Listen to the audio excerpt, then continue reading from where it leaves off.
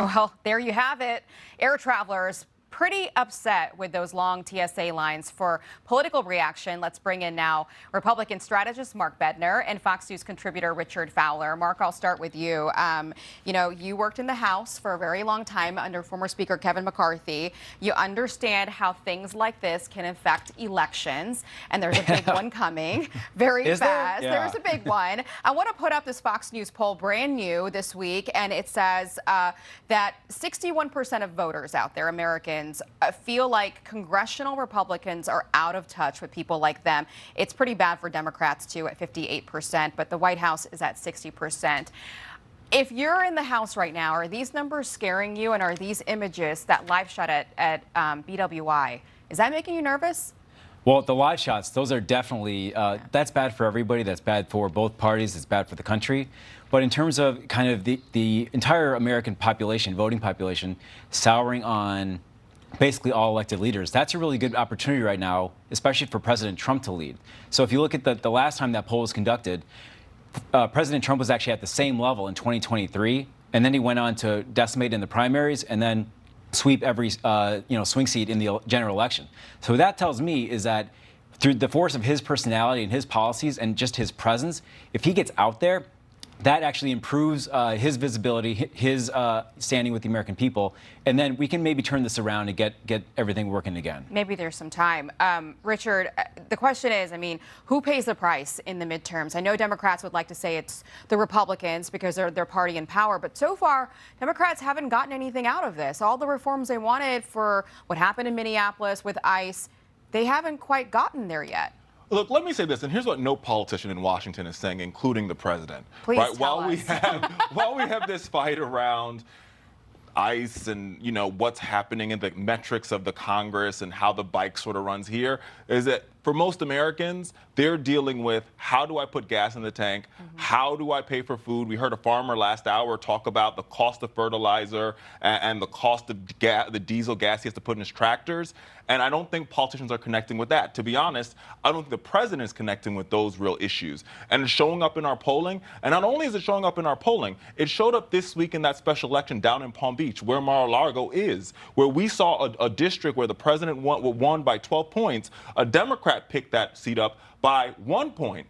And she didn't have magical messaging. She didn't run on some magical thought. She just said, I'm going to protect schools. I'm going to talk about affordability. I'm going to deal with property insurance. And she beat a Trump-backed candidate. What that says is, and let's be very clear, this is a very conservative place. It's what it's saying is that voters are cost conscious. It's not about ideology. Voters are looking at their wallet. They're looking at their bank account. They're looking at what they voted for in the last election, and they don't feel like they're getting it. And neither party's dealing with the fact that the cost of things are way too high. What is the magic message here? Because, you worked for Kevin McCarthy, who was able to increase the House numbers for the Republican conference. So what is the messaging going into November? Well, a big part of it is what we've seen thus far with one big, beautiful bill. You see House members often say, or even Senate members, there's so much in it, we don't even know what to start with. Well, you need to pick something, pick big winners. Trump accounts, I think that's the most popular thing that's in one big, beautiful bill. Frankly, that's a big win, but also every Democrat voted against it. So that's a good place to go right there.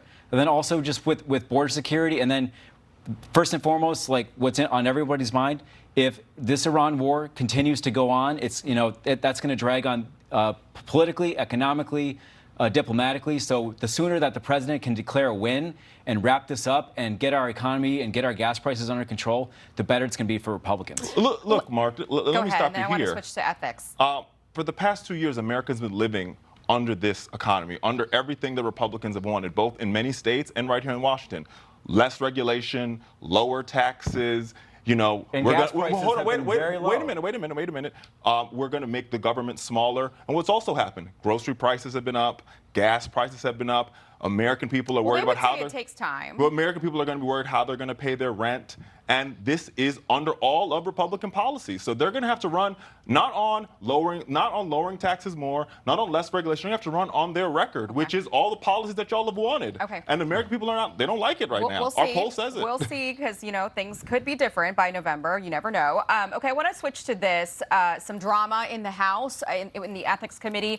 Congresswoman McCormick of Florida found guilty by the Ethics Committee of financial misconduct for embezzling some COVID funds. She says she's not going anywhere, but this is one of her Democratic colleagues on X saying that she thinks that she should be kicked out of Congress. Says you can't crime your way into legitimate power. Since she was found guilty, she should resign or be removed. Richard, I'll actually go to you first on this. Should she step down? Listen, that district's actually my home district, so I went to high school. And listen, I think Speak to her personally here. Listen, I think if the Congressional Ethics Committee is a bipartisan committee, there's 6 members on one side, 6 members on the other. If it's good for the goose, it's good for the gander. If we're calling on Republicans to step down when they make mistakes, we should also call for Democrats to step down when they also make mistakes. It's worth pointing out there is a federal indictment against her, so there will be a criminal trial against what she's done. So we have to wait to see what happens there. But it's about Congress running Congress, so we'll see what happens. Mark? Well, this is the most bipartisan thing that the two of us are going to say to each other all day.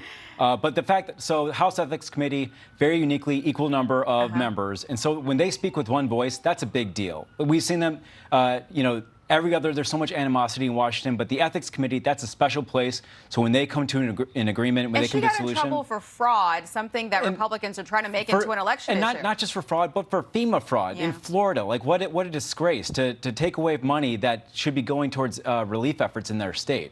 Okay. Mark, Richard, thank you very much for joining us. I love having you both on. Great to see you. Happy Saturday.